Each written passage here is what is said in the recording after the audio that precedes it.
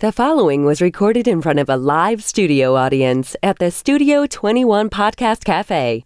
This is the United Podcast Network. Welcome to the raw and uncensored Ambitchious Podcast. I'm your host, the original HBIC, Katie Boyd. During our time here together, I will be instilling all of the strength, power, and determination you will need to use the very stones thrown at you to build your ultimate empire. We will redefine the word bitch from the derogatory to the acronym being in total control of herself. So let's adjust our crowns and prepare to live life ambitiously. Oh yeah, here I am, the original HBIC Katie motherfucking Boyd. And we are here today for round deux. That's French for two. Just getting you guys up to speed with the language. Round two of the Ambitchious Podcast episode that we are going to be going through why Ambitches give no fucks. So I'm going to just parlay right into this, motherfucker. We are not wasting any damn time because the first episode of this two-part series of why Ambitches give no fucks, we went over regrets. Yeah, no one likes a regretful bitch, let's be honest. Materialism. I mean, I don't want to be a broke-ass hoe. Let's be honest, but I don't want to be a materialistic hooker either. 3, revenge. Not going to say that I've never lit any dog shit on fire and put it on people's doorsteps, but I am not that person anymore, goddammit. And number 4, being worshipped on social media. Why do we give any fucks about this? And last but not least, gossip. So today we're going to go into the next 5 of why Ambitches should give no fucks. So number 6, having the perfect body.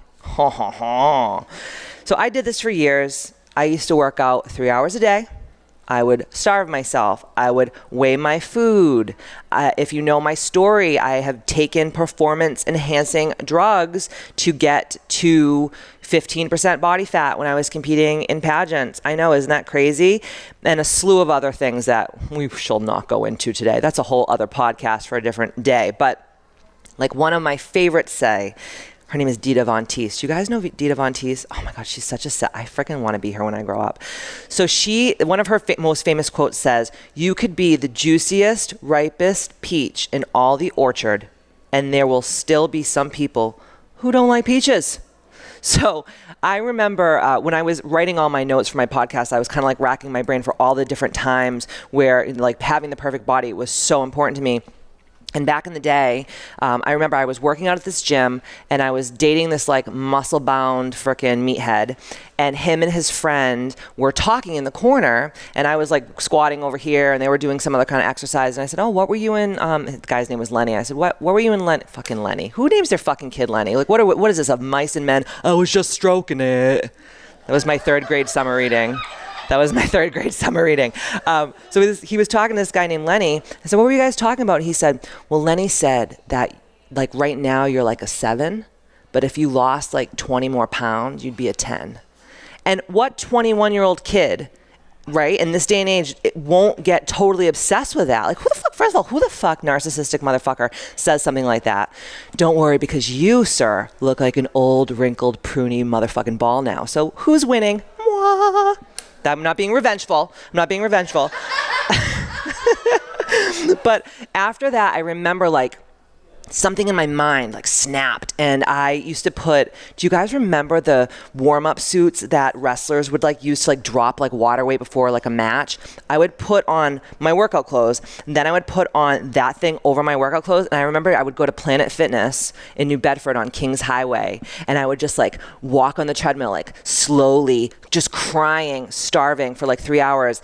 And I remember every time I would go, there was like this old man next to me like on the elliptical, and he would just like see me coming, and he was like, "Oh no, this fucking bitch." And he would just like get off real quick. He would spray his machines and he would just like run. And I'm like, "Well, I don't smell." Like, he didn't want to be around my terrible, awful energy because I would just literally sob, walk on the treadmill.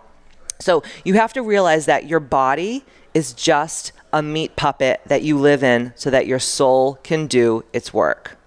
And we are so like into this thing, and we work so hard on this thing, and we don't work on our insides. And then we wonder, like when we start aging, you know, we get a little wrinkle over here, like this titty sagging a little bit more than the other one, and then all of a sudden you start to lose yourself. You start to get depressed because you're so attached with your physical body, and you don't realize that this is just the vehicle, right? It's just, I like to call it the meat puppet, but it's the vehicle so that your soul can do its work. You are not your body. Your body is only the place that houses your spirit. When we really get straight with this fact, we will treat our bodies like the temples that they are. And we, as women, need to really train ourselves to put high vibrational food into ourselves for the feeling of it and not the aesthetics. And also the same thing for working out. Like, don't go to the gym and be like, I have to do this or I'm going to be fat and no one will like me. It's like, no, you're actually going into that in such a terrible way. Or when you're eating something healthy, don't look at it as if you're punishing yourself. Actually realize that you're putting this beautiful food into your body so that you can actually be high vibrational and do the work that God and the universe put you here to do. The thing is every day we run this loop in our head that we're always lacking. I'm not good enough. I'm not pretty enough. I'm not smart enough. I'm not thin enough. It's like we're never fucking enough. And that we are not perfect just the way that we are. Remember, let's go back to the life contract part. Like, we already signed up for this. Like, if you were born with one arm, you signed that contract. I hate to say it. I know I'm going to get like hate mail, but I don't care. That's how I feel. And it's my fucking podcast and I can say and do whatever I want. And this is what leads to depression and anxiety. So here are some ways to stop the delusional obsession of having the perfect body, whatever the fuck that means, right? So number one, get off the fucking scale. The scale is literally, I want to smash every scale in the world with like the biggest freaking sledgehammer ever. I have so many clients. Some of you are in this room right now, but we're not going to point fingers or name names, but I love you all unconditionally. You know, you'll say to me like, I only lost 30 pounds. And I'm like, do you know what fucking 30 pounds of fat looks like? Like, if you could put it in like a radio flyer and like pull it around, like it's a lot. And we get so obsessed with a number. And like I always say, you should always subtract like at least 20 pounds for your brain, because we're fucking smart as shit and our brains are huge, and our boobs. Like all day long, right? So get off the scale. Number two, stop looking in the mirror and scrutinizing yourself. This was like one of my drugs of choice when I was like in my 20s. I would like strip into like my swimsuit for when I was competing in pageants, and I would stand in front of the mirror and I would literally like scrutinize like every part of my body. Like, okay, I have to do like plie squats because my inner thighs are touching, and then this little pocket of fat over here. Like, I would rip myself to shreds. And it's like, how sad and disgusting that we have this incredible moment on this three-dimensional earth plane that we came down here to live, and we're going to waste all this time just ripping ourselves apart. And the sad part is we as women think it's just us, but men do the same exact freaking thing. Men have body dysmorphia, men have eating disorders, men have body, issues just as much as us. I just think that they don't talk about it as much, and it's kind of stigmatized, so it's kind of in the corner over here. But it's true. Number three, stop covering yourself up. Okay, I have a huge so just so everybody knows, if you're like a curvier girl, or you have someone like weight on you or whatever, wearing like extra large clothes, like you're on fucking 600-pound life and you're just like James and you're wearing just like a sheet, and every so often your fucking leg falls off the bed and you're like, I'm a leg, and then you have to like use that tongy thing to pull the fucking sheet back on. If you haven't watched that yet, just James, 600-pound life. Watch it. Watch the compilation. But people think like, I'm heavier, so I'm going to cover my body. No, be fucking proud of who you are. There was a girl in LA, and she was a curvy girl, and she had like a little a half shirt on. It was like tied, and she had these really cute jeans. And I was like, girl, you look so good. And you would have thought that I told her that she was the fucking Queen of Sheba. Just her like hearing that from someone, I'm not a thin girl either, but like it was just like that woman saying something beautiful to another woman, and she was just like, she just strutted along, and I was like, and it made me feel good for saying that to that person, because like you don't know if she was like in the mirror before she left, like I shouldn't wear this, I'm too big for this. Like, don't cover yourself up. Be proud of your body, and if you're in a transitional phase from losing weight, don't do that either. Don't be like, when I lose my 30 pounds, then I will dress. No, fucking do it during the transition to love your body. The more that we love and adore ourselves, the more that everyone else will love us. But if we're always like, oh, and this, and you ever see people when they're always like touching their clothes? Like, I just want to slap their hands and be like, dude, no matter how many times you pull that down, you still have a roll right here. I fucking do too. Everyone does. Stop playing with it. It's only going to make it bigger. Oh no, that's penises. I'm sorry. So don't stop covering yourself up, you psychopaths. Number 4, stop sabotaging yourselves. Stop. I'm saying this to myself because I was eating fucking Siete Foods quesadillas last night at like 1 o'clock in the morning. It's keto, but I should have put myself to bed. I just should have put myself to bed. If you know, Matt's like, yum. If you know that like from this time to this time, if you stay up past this time at night, and you start watching Netflix, you're just like 17 fucking episodes deep into The Handmaid's Tale, and you're starting to want to eat your feelings, put yourself to fucking bed.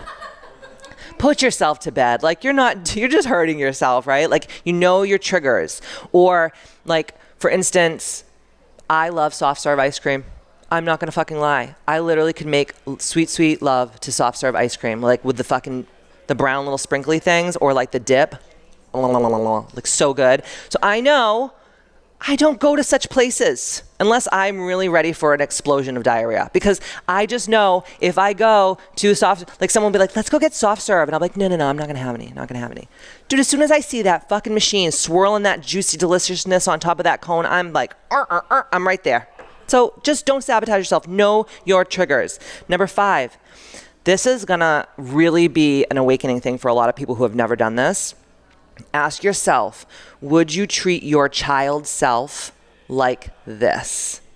Okay, just like let that sink in for a second. Would you treat your childlike self like this? So if you've ever been to my gym or my home, I have pictures of myself when I was a child all around my house. It's not because I adore myself as a child. It's because it reminds me that I was once that little human, and that the way I speak to myself now as an adult, I would never speak to my 4-year-old self like that. So an exercise that I've done in the past with some of my clients is you actually bring a picture of your child self in, and you have to say the things to the picture that you say to yourself now. You can't do it. It's like child abuse, literally. So when you start that self-sabotage, the crazy talk, I'm not good enough, I'm not this enough, think of yourself as that little, innocent, beautiful, untouched child, and then it'll instantly break the pattern. Because it's all about pattern breaking, guys. Because you guys think you're out of control, like, I just can't stop. It's like, no, these are ingrained into the grooves of your brain patterns that we do over and over and over again. So do that. And number 6, catch yourself in the act of nitpicking and do some mantra work and affirmations. So let's all close our eyes right now.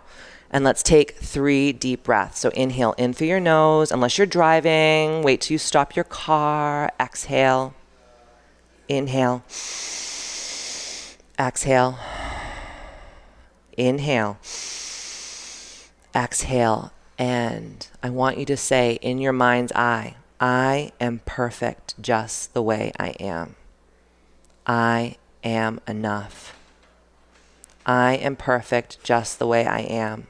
I am enough. And when you're ready, open your eyes.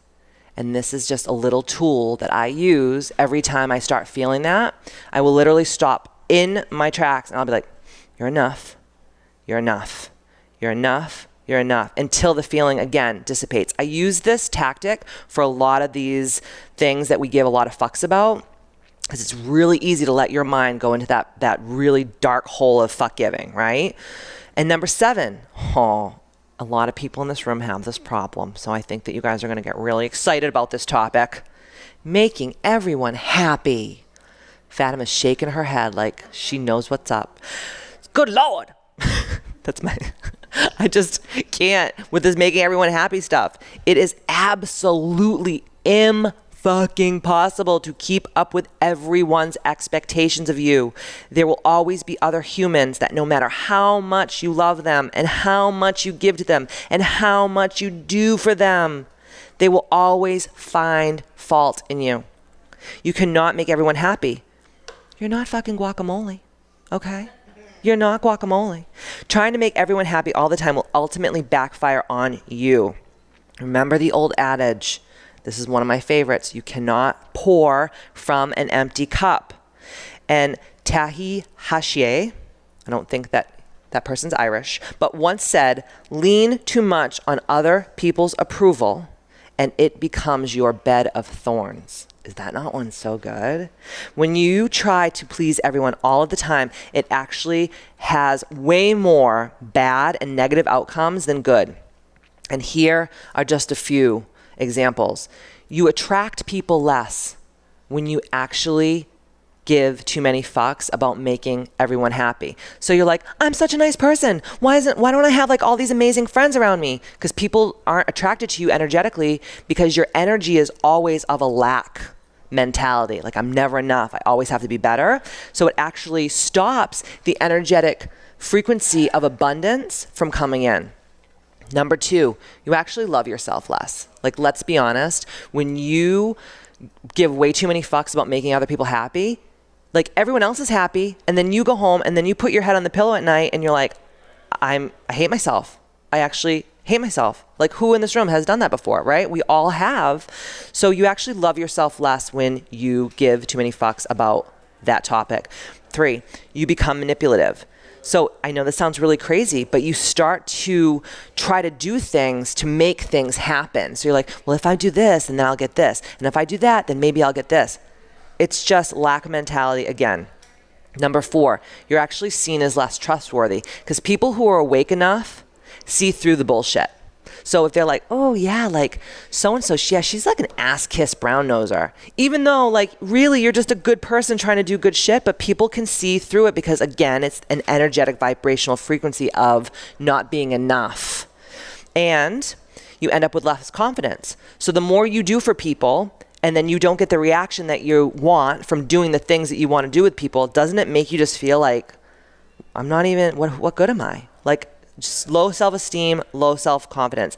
And number 6, you actually end up with fewer friends because no one wants to be around people who are just like, yes, I'll get right on that, Rose. Like, no one wants to be around that. And 7, you actually hate the things that you used to love. So all the things that you used to love to do for people, like if you're a baker and you're like, I love just to like bake keto cheesecakes for people, like someone in the room. I've never had them before, Fatima, so if you want to bake me some more cheesecakes, it's probably why I was on the toilet all morning. But like if you are such an amazing, loving person that you're like, I thought about her today and I baked the cheesecakes, right? And then I'm not happy or like I don't care about your fucking cheesecakes, which is not true, by the way, at all. So don't get that in your head. Kristen's like, I know, I feel that. You know, you actually end up with fewer friends. I mean, you actually hate the things you used to love. So like the baking that you used to love to do, you're like, well, what do I even care for? No one even fucking appreciates it anyway. But what we have to realize is that ambitious women do things because they want to do things, not because they want the reciprocation. And so many of us do these things, right? We're like, I'm going to do this for them, and then they're going to do this for me. And it's human nature to act that way. But that's what gets us in trouble. And last but not least, the most important one, you always fail to please the one who truly matters. Yourself, right? And by the way, wanting to be loved is totally okay. It's normal and it's primordial and it's part of our DNA. Everyone in the world wants love. But people pleasing is a whole other disease. The disease to please is more alive and well than ever before, and we're going to talk about how to cure yourself from it. So number 1, make a promise to yourself to stop this behavior, even if it's just baby steps. So actually, knowing that you do this shit is like the first step into changing it, right? So I'm not saying like turn into Maleficent overnight and be like, I don't do shit for anyone, fuck all of you, right? Like, no, that's not how it's gonna go. But even if it's just baby steps, little things every day will start to accumulate and make you more doing and loving and kinder to yourself. Number 2, tell people no. And by the way, no is a fucking complete sentence. Okay? Get that all through your heads, people. No is a complete sentence. So you don't have to say no, but, and then give this whole fucking scenario. No. Just say, ooh, no. Just feels so good, doesn't it? Just like, no. No. Like, I just love that word. And I was never one of those people. I was a yes person. I would do anything. Like, that was my life. Say no. Number 3, realize the fact and get right with it that not everyone is going to like you. It's sad. It's true. Even magical fucking unicorns like me, people hate my guts. They hate me. Loathe. Like, people, I know that there's people out there that they hear my name and they just get like really fucking angry. I know that. But I have to get okay with the fact that not everyone is going to like me, okay? So we all have to get with that program. Number 4, be the real you regardless of how it makes others feel. So we always like develop this scenario of like, I'm going to be this person because if I'm this way, then people will love me and like me. And then you end up being pretty much a fucking stage actress. And what happens is if you have to act your whole entire life, it's pretty fucking exhausting. Like, I always used to tell my girls when they did Miss Massachusetts USA or a pageant I used to train them in, I would always say, honey, you don't want to win being someone that you are not, because if you are going to win because of someone who you are not, your year as whatever title that you hold is going to be the most exhausting, awful, uncomfortable year of your life, because you are going to have to keep that persona going for an entire year of your life. How exhausting is that, right? It's terrible. So just know who you are and be who you are regardless of how it makes others feel. And 5, know what you stand for and stick to that. And if you stand for nothing, you will fall for everything. That was like one of my grandmother's quotes. If you stand for nothing, you'll fall for anything. So if you don't know who you truly are, then whatever way the wind blows, that's where you're going to go. And that's why you're going to feel like a wind-blown bitch, because there's no rhyme or reason to anything that's happening. So, number 8, enemies. Why do we give fucks about enemies? Who in this room has enemies? Everyone. Everyone. Who doesn't, right? Like, who doesn't? Even if you don't have them like now, you've had them in the past, or you may have them in the future, right? And at various times in our lives, we encounter and face, and I'm using my quotation fingers, enemies. People who do not wish us well, they try to sabotage us, they treat us poorly, they're critical of us, they're skeptical of us, and just plain old skanks. Let's be honest, just plain old skanks. And sometimes it's a deeply rooted, old school enemy situation. And sometimes it is illogical and not clear at all why this person loathes you. Like, you ever meet someone who just treats you like absolute shit and you're like, what the fuck did I do to you except be nice to you? It has nothing to do with you. It's always about them. It's always their shit. Remember the 4 Agreements, guys. Don Miguel Ruiz. If you haven't read it, go get that damn book. The truth of the matter is we cannot let these people hold us back from becoming all that we're meant to be. So here are some steps to live an enemy-free life. 1, shift your mindset about your enemy. You may not always feel like it, but you are in control of this situation in every way, shape, and form. Sometimes shifting your attitude about the person can make all the difference, right? So I'll just give you an example. Sometimes people will say to us, like when Matt and I went to France, oh my God, French people are so fucking rude. They're all gonna be so rude to you. Rude. Like, that's all I heard. And I was like, okay. I just went to France being overly nice to everyone. I tried to speak the language as much as I could. And I swear to God, those people were the nicest people. Were they not, Matt? People, like, we made friends with the food and beverage manager at the Ritz-Carlton. At the Four Seasons in Paris. And every day she would just like send us like hundreds of dollars worth of drinks and food. And I was like, I thought French people were fucking rude. This is delightful. I'm moving to France. I'm going to be like Tina motherfucking Turner up in here. But it's your energy towards the person, right? It has nothing to do with them. So just set the intention. Like, when I see Amy today, I'm just going to be so nice to her. I don't know why I keep using that word Amy. It's so odd. When I see Amy today, I'm just going to be so nice to her. I'm going to kill her with kindness. And my energy is going to be so high vibrational. It's going to like just make her like, so, and then it will happen.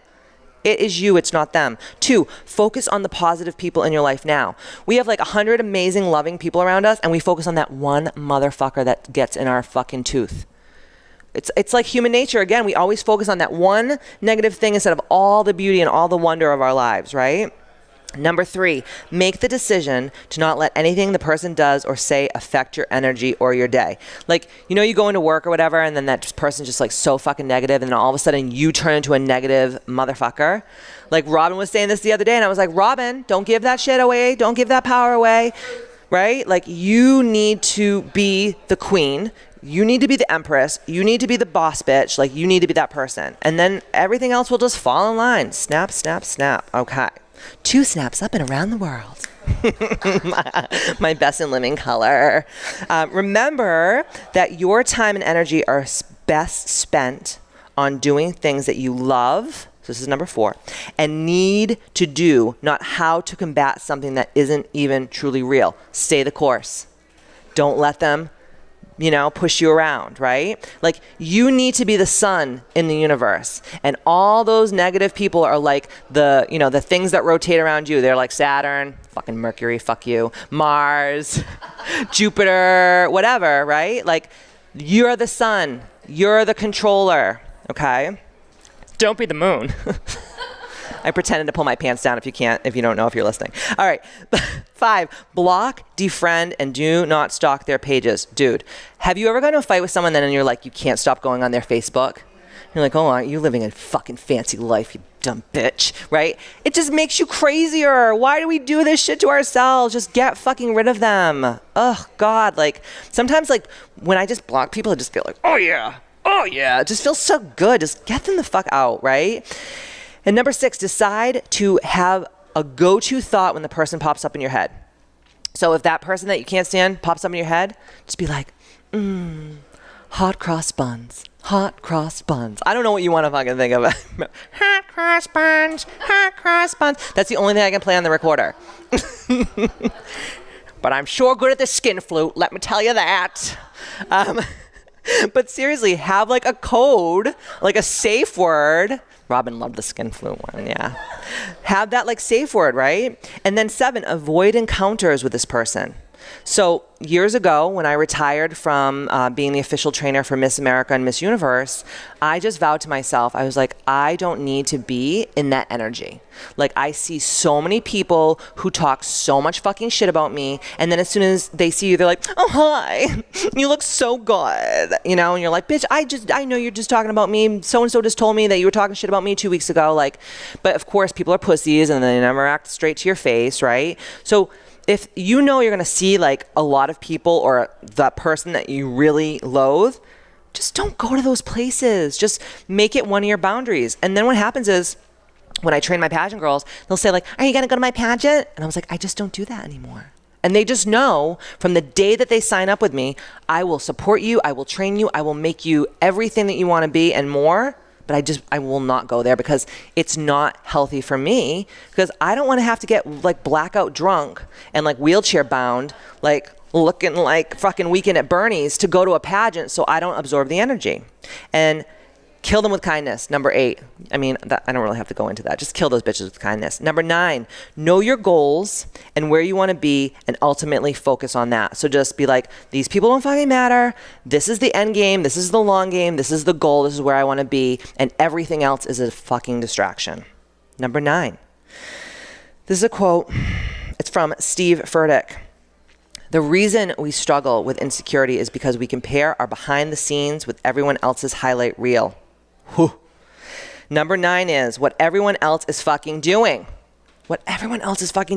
So many of my friends and clients, including me, have this terrible habit of going on social media. You scroll through everyone's wonderful, incredible donut and champagne and rosé all day, fake fucking world, right? And then you get off an hour later and you're totally gobsmacked and you're depressed because it always looks like everyone else is doing really fucking cool shit and you're at home drinking fucking ramen noodle broth out of a styrofoam cup and you haven't got laid since the Reagan administration. I am 100% a culprit of this. I will see colleagues and movie stars alike doing what looks like big shit on Facebook and on Instagram, and then I get a serious case of mofo, and then I don't know if you guys do this, but I start racing around looking for myself, like stuff for myself to do. Like if I see like Khloe Kardashian being like getting off this baby weight from True, I'm like, I should be doing some crunches, fuck. And then like, you know, Chrissy Teigen will be like singing with her husband John Legend, and I'm like, Matt, get your fucking piano. Oh, you don't play the piano? Like, play something. Fucking tap on the table.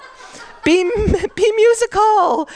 Or like, you know, I'll have like colleagues in the same space as me, and they're like speaking at like some leadership summit with like all the people that like I want to be peer groups with, and I'm like, why wasn't I invited to this? And then you start like emailing like, hi Lewis Howes, I want to be part of your mastermind. You know me, old Katie Boyd. And he's like, who the fuck are you? And he just like deletes my email. This is what I'm talking about. It's absolute, utter bullshit. And I will literally sit home on my couch, no bra, stains on my robe, greasy hair, and all of a sudden I start comparing myself to a bunch of people I don't even fucking know. Who in this room does this, right? I will question my accomplishments. I will question my appearance, my personality traits, what kind of car I have, what my home looks like. Everything is posting. Everyone's posting with their fucking new babies, their perfect little baby bows, just looking so fucking cute and cherub-like. But no one shows you their baby projectile vomiting on them at 3 a.m, right? While their husband just like has his hands down his pants fucking sleeping. Glad you're getting a nice night's sleep, Jason. And then, you know, or people will be in the Caribbean, like perfectly posed in front of like a palm tree with those fucking whores, and they wear those hats, those big hats. It's like vacay, or it's like relax. Like, have you guys seen these hats? I just want to fucking punch those bitches because they look so damn perfect. Fucking take your hat and I'll fucking kick my foot through it. But they would never post a video of them on their Insta stories at 2 a.m. at fucking Logan Airport, waiting for their lost luggage with a dildo in it. Let's be honest. The only reason that you're like, oh my God, someone has my luggage, because you have like 17 vibrators and a Vaseline jar in there. Let's be honest, right? And then you're like fighting with your husband in front of the entire flight crew about, you know, having yet another Tito's and soda before we get off the flight. And everyone's like, we need security in here.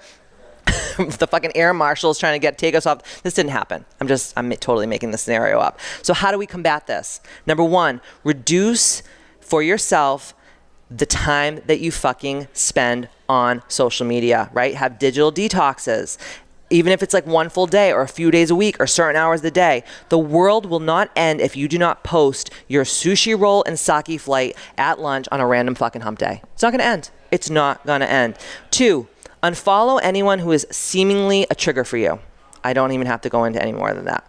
3, redirect your focus to the things that really matter. I have so many clients that say, I don't have time to meal prep or meditate or train. And then I see them sharing fucking food videos at 3 a.m. Like, you just fucking shared 35 of those disgusting food videos on Facebook where you use like Pillsbury fucking dough shit, like that's the base of everything you're fucking making. Like, you have plenty of fucking time, right? Make it a priority. 4, assess where the negative comparisons are stemming from. One of my goals in life is to feel so confident in myself, in everything that I do, that no one or nothing can shake it. We need to work on this. It is not implied. And a few things that I feel help this situation are definitely putting more time into your non-digital relationships. So instead of being like just social on social media, be like, hey, do you want to have a coffee, Linda? Or do you want to go have lunch? Or do you want to have a goddess gathering? Or do you want to take a yoga class at KBMFC? Shameless plug, okay? Like, do that. And do more of what you love and make your health and yourself your number one priority, and value your time. And last, but certainly not least, failure. We give so many fucks about failing. I don't care who you are. You could be the Queen of England, the fucking Dalai Lama. You can be Drake. You are in some way afraid to fail or have been in the past. It is human nature. I have been so afraid of failing in the past. I literally felt like, and I actually talked myself into this, if I fail, I'll die. Like, I literally would say that to myself. But we need to, especially as Ambitches, to use failure to our advantage. Fear can be experienced in these 3 ways. So before you say, I'm not afraid, which I hear all the time, listen to this. So number 1, fear can come through self-sabotage, procrastination, excessive anxiety and failure to always follow through on your goals. Number 2, low self-esteem and low self-confidence. If you hear the voice in your head or say it out loud, like, I'll never be good enough, I'll never be smart enough, you're fearful, okay? And you have a fucking serious case of fear, okay? So here's a few ways that I deal with the F word. Number 1, reframe failure by shifting your goals. So expand your goals by adding the idea of learning something new. So that way it will never truly be a technical fail. So instead of saying something like, I want to make $1 million launching my business or my product, say, I want to make $1 million launching this product, but I also want to learn how to master this software to launch this product. Okay? So don't just be about the money, be about, I want to make this money, yes, but if I don't make the $1 million, say I make $899,999, I still learn how to master the fuck out of this software that I'm using, okay? I know Jill's like laughing at me right now. Jill, I'm happy I'm funny. Thank God. So ask yourself these 3 powerful questions. What did I learn from my failure? Number 2, how can I grow from this experience? And number 3, what are the positives in this situation, right?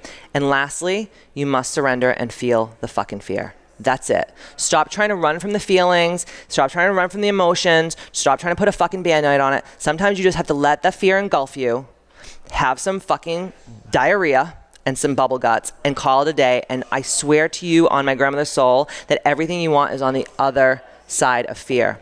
I hope that this top 10 recipe for stopping to give a fuck and live life ambitiously has helped each and every one of you. And if you are interested in being coached by KBMFC and her team, go to www.kbmfc and check out our virtual and in-house programs. Thank you all for being crusaders of the Ambitchious movement. And like I always say, see you next Tuesday. Ow!